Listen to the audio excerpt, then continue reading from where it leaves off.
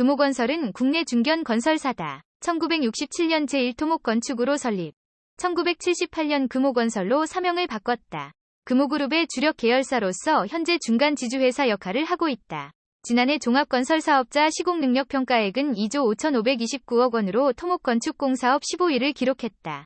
2018년 23위로 밀려난 이후 5년 만에 20위권 진입이다. 꾸준한 연구개발 등을 통해 건설 신기술을 개발하고 있고 최근에는 모듈로 기술 경쟁력을 확대를 위해 노력 중이다. 최근 중동발 기대감이 반영, 주가가 급등했다. 금호건설에 대한 투자자의 관심이 급증했다. 2021년 6월 14,000원대를 기록하며 지난해 10월 주가가 하향 곡선을 그리던 것과는 다른 모습이다. 최근 모습도 비슷하다. 지난해 11월 8,000원을 기록하던 주가는 지난 3일 기준 6,400원을 기록했지만 이후 주가가 급등했다. 금호건설의 주가는 지난 6일 기준 8,020원이다. 전날 대비 6%, 금액 기준 580원이 내렸다. 그러나 장중 최고 8,350원, 최저 7,800원을 기록하는 등 주가 변동폭이 컸다. 그만큼 투자자의 관심이 많았다는 얘기다. 특히 지난 5일에는 종가 기준 8,600원으로 상한가를 기록했다.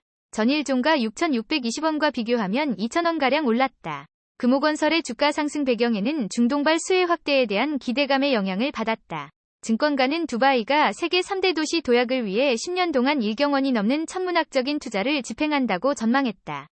셰이크 모하메드 빈 라시드 알 막툼 UAE 부통령은 4일 현지 시각 자신의 트위터에 두바이 경제 어젠다 D33을 추인했다. 향후 10년 동안 두바이 경제 규모를 2배로 키우고 세계 3대 도시로 자리매김하는 게 목표라고 밝혔다. 세계 3대 도시를 위한 D33은 총 100개 프로젝트로 이뤄졌고 투자 규모는 32조 디르함 1경 1,075조 원에 달하는 것으로 추정된다. 프로젝트는 지속 가능한 친환경 제조업 육성, 신산업 분야 글로벌 유니콘 육성, 청년 일자리 창출, 글로벌 대학 유치, 신기술 실증 및 사업화 지원 등이다. 미래 먹거리 창출을 위한 일환으로 부지를 활용한 건설 사업이 선행되어야 한다. 사업 규모도 큰 만큼 해외 건설사와의 협업도 불가피하다. 셰이크 모하메드 빈 라시드 알 막툼 부통령은 D33과 관련해 외국인 직접 투자는 연간 600억 디르함 약 20조 7천억 원을 넘어설 것이라고도 밝혔다. 금호건설에 대한 투자자의 관심이 확대된 이유다.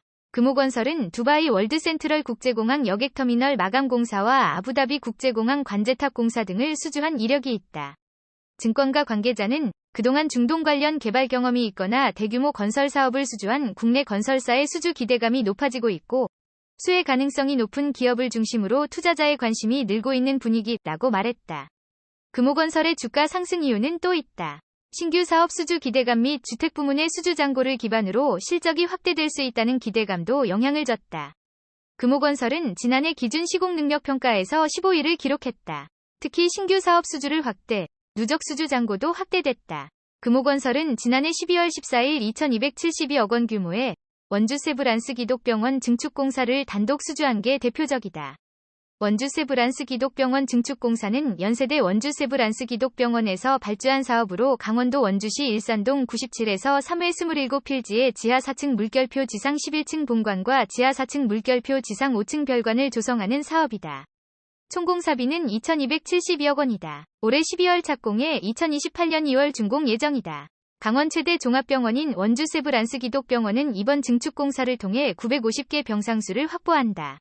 또 최첨단 수술실과 병동, 전문화된 중환자실, 전임상연구소 등 진료연구시설이 들어설 예정이며 다양한 문화공간과 주차장 추가 확보로 내원객의 편의가 향상될 것으로 보인다.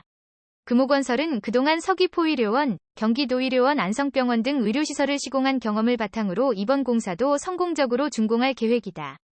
금호건설은 또 지난해 11월 경주 클린에너지와 1,647억 원 규모의 왕신 연료전지 발전사업 건설공사 계약을 체결한 바 있다. 최근 매출액 대비 7.98% 규모다. 금호건설은 지난해 3분기 기준 수주 잔고 8조 8,043억 원으로 2021년 매출액 대비 4배가량에 달한다. 증권가 안팎에선 금호건설의 주가 상승 전환 가능성이 높을 것으로 예상한다.